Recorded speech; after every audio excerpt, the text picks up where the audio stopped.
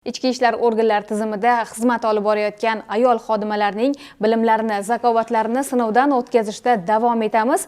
Toshkent shahar Ichki ishlar bosh boshqarmasida tashkil etilgan eng yaxshi kitobxon xodima ko'rik-tanlovi jarayonlarini birgalikda kuzatamiz. Xodimalarning intellektual salohiyati, dunyoqarashi va ma'naviyatini yuksaltirish, kitobxonlik madaniyatini oshirish hamda ular o'rtasida faol kitobxonlar safini kengaytirish maqsadida tashkil etilgan 20 nafar xodimalar qatnashdilar.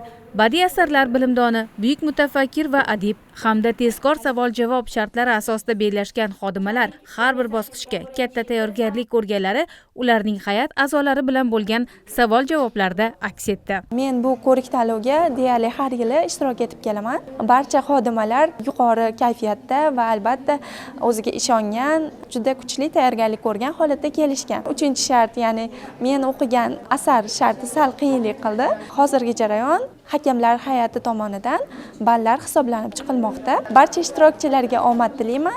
Ushbu ko'rik-tanlovida birinchi marta ishtirok etmoqdaman. Yana ham ko'proq kitob o'qishim kerakligini tushunib yetdim.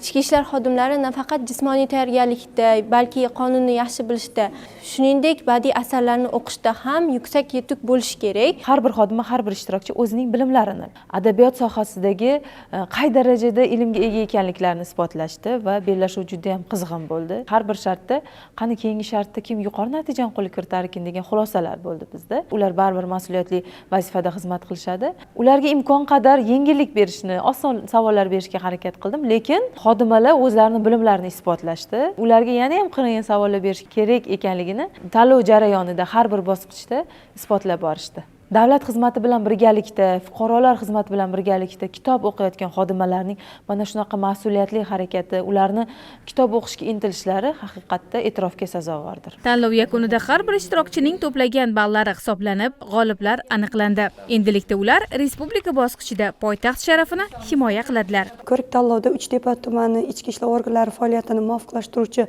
boshqarma nomidan qatnashdim va faxrli birinchi o'rinni egalladim. Tadbir jarayonida men sevgan adib shartida menga Chingiz Akmatov ijodiy faoliyati tushdi va men bunga o'zim yetarlicha bilim salohiyatim bilan juda ko'plab ma'lumotlarni yetkazdim. Bunaqa ko'rik-tanlovlarni ko'proq o'tkazilishi xodimlarni o'z ustida ishlashi hamda bilim salohiyatini oshishiga olib keladi. Ko'rik-tanlovga tayyorgarlik ko'rish uchun ishtirokchilarga 39 ta eng sara va shoh asarlar tanlab berildi.